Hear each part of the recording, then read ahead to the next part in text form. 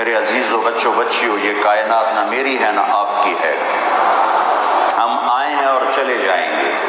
اچھا انسان بننے کی پہلی بنیاد لا الہ الا اللہ ہے کہ میں اور آپ یہ جانیں کہ اس کائنات کا ایک اللہ رب ہے۔ ان ربکم اللہ، تمہارا رب اللہ ہے۔ کون ہے یہ یوٹی نہیں بتائے گی، وہ تو مشینیں بتائے گی۔